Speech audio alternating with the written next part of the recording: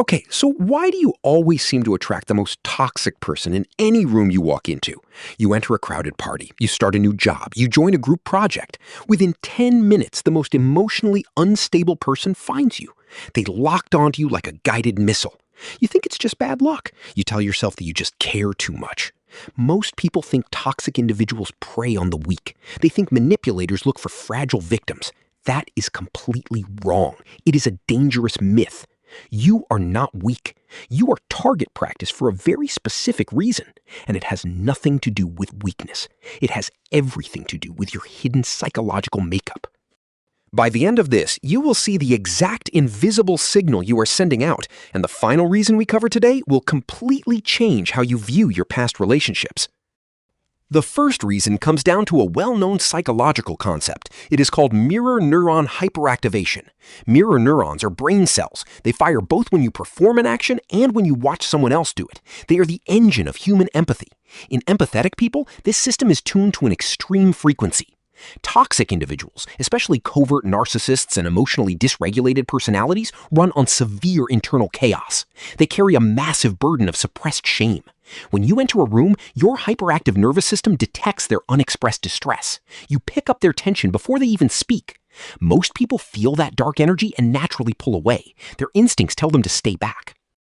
Você faz o exato oposto. Você lina dentro. Seu cérebro registra aquele caos como um puzzle a solve. Você mirra o emocional estado para soldá-los. Eles sentem isso imediatamente. De uma pessoa tóxica, sua presença parece uma súbita droga.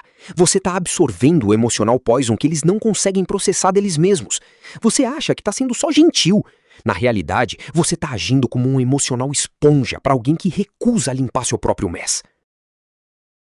A segunda razão envolve um tóxico dinâmico conhecido como emocional projetiva identificação. Esse conceito foi desenvolvido pela psicanalista Melanie Klein. Tóxicos pessoas não conseguem aceitar suas próprias negativas valendo. Eles não conseguem processar sua própria culpa, fraqueza ou ódio. O ego é muito frágil. Então eles usam projetiva identificação. Eles subconscientemente castam suas dores escuras para fora. Procuram alguém disposto a segurar aquelas dores para eles. É aí que você entra. Um empático tem um perigo hábito. Você tende a tomar para si responsabilidade por feelings que não lhe pertencem. Quando uma tóxica pessoa projeta sua vergonha sobre você, você não rejeita, aceita. Começa a se perguntar o que fez de errado. Retoma seus passos. Você apologiza por coisas que nunca causou. Você fica ali tentando resolver um problema que originou dentro delas. A tóxica pessoa experimenta imenso alívio. Ela jogou o lixo interno delas em você. Você aceitou o pacote. Você abriu. Você assumiu. Você deu um passe livre para elas evitarem a própria sombra. O terceiro motivo é raizado na sua condicionamento infantil. Sigmund Freud falou isso de compulsão repetitiva. Nós somos inconscientemente levados a repetir as dinâmicas infantis. Você provavelmente cresceu em um lar onde o amor era condicional. Você tinha que arnar o direito de se sentir seguro. Maybe você tinha um pai imprevisível. Maybe você tinha que andar em ovos. Você aprendeu a ler sinais no tom de voz, nas expressões faciais e no comportamento para se manter seguro. Você desenvolveu hipervigilância. Você se tornou um mestre em gerenciar o clima emocional do seu lar. Fast forward para a sua vida adulta. Pessoas saudáveis e estáveis parecem estranhas para você. Elas parecem boring. O mundo emocional delas é calmo. Não existe incêndio para apagar. But when a toxic person enters your life, your old conditioning lights up. Their unpredictability feels familiar. It feels like home. You mistake anxiety for chemistry. You mistake the urgency to fix them for deep connection.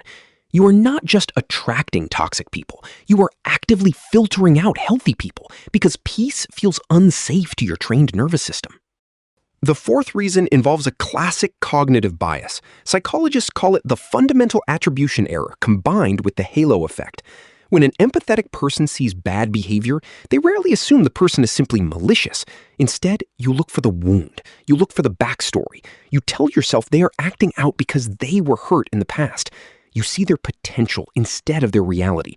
You fall in love with who they could be if they just healed. Manipulators instantly recognize this trait. They use it against you. They deploy a tactic called vulnerability mining. Early on, they expose a tragic story or a personal weakness. They share a painful memory. They do this to activate your protective instincts. While normal people register red flags, you register a broken soul that needs saving. You excuse their disrespect, you rationalize their cruel remarks, you defend them to your friends. You become their lawyer while they act as your judge. You give them endless passes because you confuse their dark history with an excuse to harm you today. O quinto motivo é o conceito de colapso de fronteiras. Filósofo Friedrich Nietzsche rotou extensamente sobre autossuperação e a necessidade de definir umas fronteiras. Highly empáticas pessoas often sofrem com severa fronteira de fraqueza. Você tem dificuldade para dizer não. Para você, estabelecer um limite parece um ato de agressão. Isso causa intensa culpa. Manipuladores conduzem testes sutis quando te conhecem pela primeira vez. Eles cruzam uma pequena linha. Fazem um comentário passivo-agressivo, quebram uma promessa menor, chegam atrasados sem desculpas. Estão testando o seu perímetro. Uma pessoa saudável reage imediatamente. Elas cobram o comportamento ou se afastam. Mas você fica calada. Você arruma para não fazer vistas. Você engole seu próprio desconforto. O tóxico persona nota-se essa resposta. Eles realizam que o seu perímetro está vasto aberto. Eles sabem que eles podem empurrar ainda mais sem sofrer nenhuma consequência.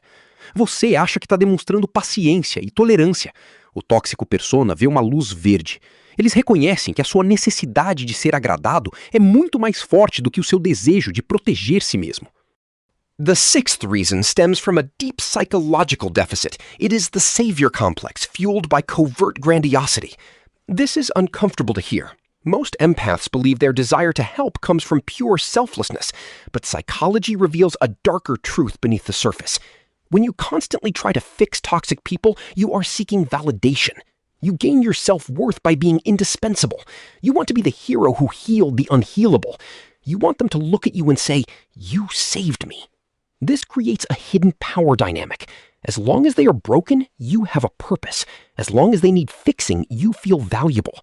Toxic people feed on this need.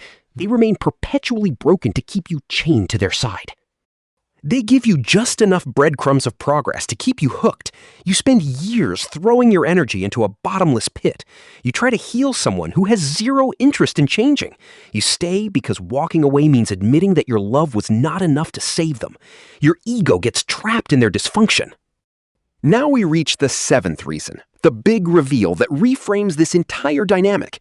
The real reason you attract toxic people is that you use their chaos as an avoidance strategy. This is the hardest truth to accept. Toxic people are a massive distraction from your own life. As long as you are obsessed with their mood swings, you do not have to look at your own wounds.